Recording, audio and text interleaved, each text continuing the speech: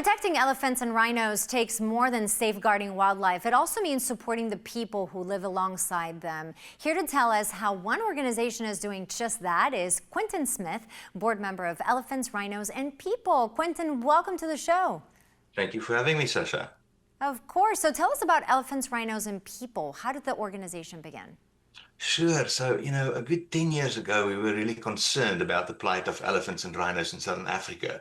We lost about 4 rhinos a day and 1 elephant every 15 minutes due to the illegal killing of these creatures. And I work for a software and services company that was founded in South Africa and, just resonated with our DNA. And we decided that we can and should do something about it. And we did. And we founded Elephants, Rhinos and People, or ERP for short.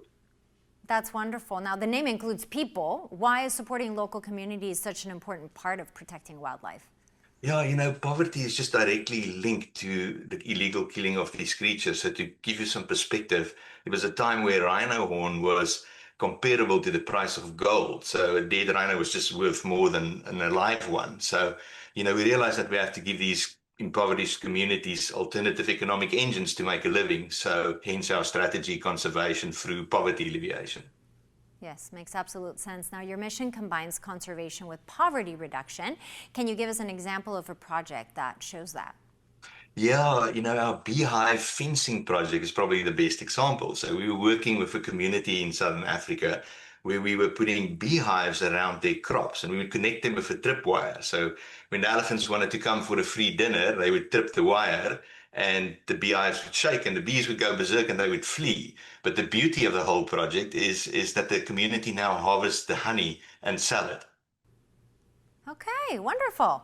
And now your work goes beyond conservation by using technology, projects for ERP and even aviation. How do these efforts help protect elephants and rhinos?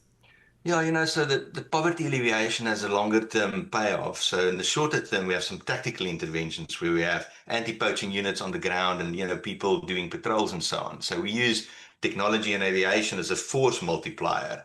On the technology front, we have like camera traps with AI image recognition. And on the aviation front, we're establishing an ERP air wing where we'll actually have single engine aircraft as an eye in the sky, supporting the conservation missions and also, to move veterinarians and supplies over the vast distances.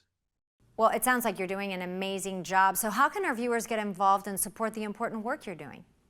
So really in 2 ways. The one is they can help us create awareness and spread the word. And the second one is financially. They can donate and go to our site, erp.ngo, and click on donate. Quintin, thank you so much for joining us. We appreciate it. You're very welcome. Thanks for having me.